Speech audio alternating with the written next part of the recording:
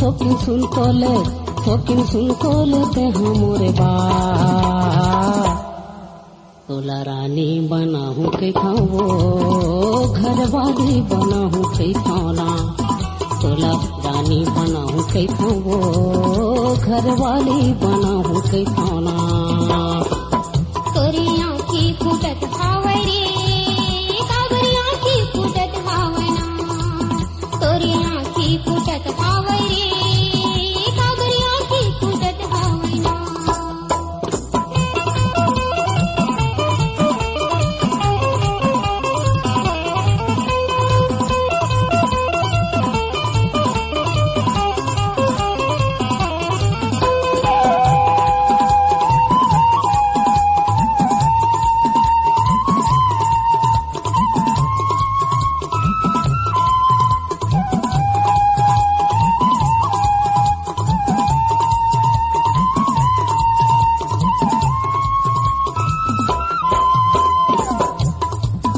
तोला होगे हवे 16 साल तेरा कर डाले मोर बारा।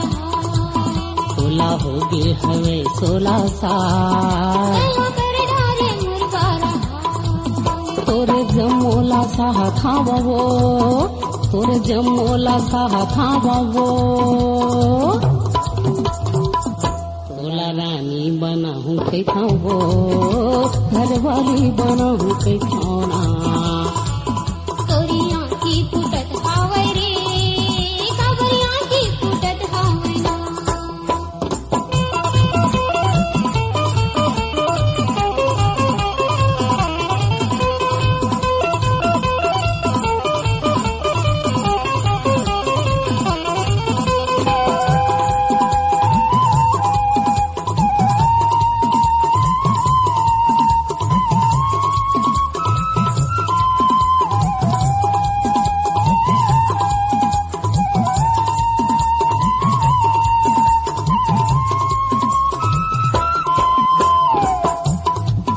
तोरे हिरनी बरोबर है चाल तेरे बाले हवस के काल।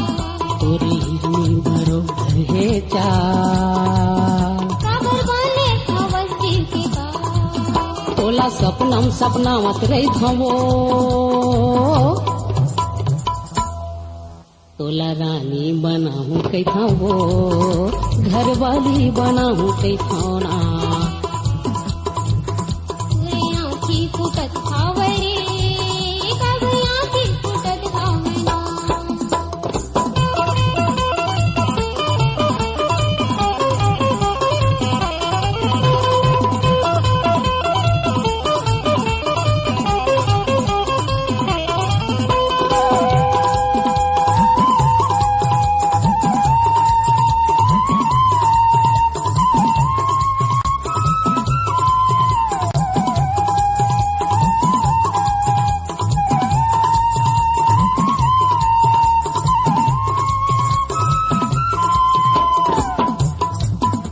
मोर माया हवे तोर बर तेरा बारी मरत काबर। मोर माया हवे तोर बर तेरा बारी मरत काबर। तोला सिर तो मैं जाना था वो।